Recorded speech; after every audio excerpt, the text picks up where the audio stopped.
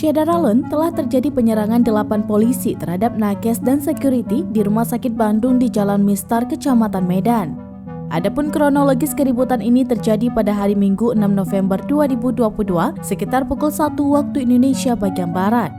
Awalnya, Bribda Tito I Tampupulon diminta untuk menemui sang pacar, Debbie Hutapea, untuk datang ke salah satu tempat hiburan malam di Jalan Abdullah Lubis, Medan.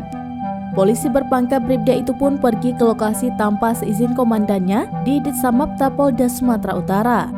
Tito pun menghampiri Debbie dan ikut menenggak minuman keras bersama dengan 2 orang teman perempuan Debbie bernama Ayu J. Tambunan dan Iten. Pertemuan mereka berlanjut ke sebuah hotel di Jalan Gajah Mada, Medan. Di hotel tersebut, Bribda Tito satu kamar dengan Debbie, sementara Iten dan Ayu berada di kamar sebelah. Karena Iten dan Ayu dalam kondisi mabuk, Tito kemudian berinisiatif untuk mengunci pintu kamar Iten dan Ayu. Merasa disekap, Ayu kemudian menghubungi temannya yang merupakan security di Rumah Sakit Bandung bernama Brema. Brema pun mendatangi hotel tempat Ayu menginap bersama rekannya yang bernama Wanda Winata. Tiba di hotel, Brema dan Wanda berusaha membuka pintu kamar Ayu. Tiba-tiba Bribda Tito keluar kamar dan terjadi keributan antar keduanya. Tidak berhenti di hotel, keributan berlanjut hingga ke Rumah Sakit Bandung.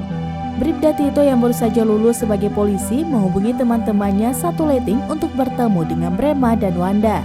Adapun kabar beredar jumlah polisi yang ikut pengeroyokan ini berjumlah 8 orang.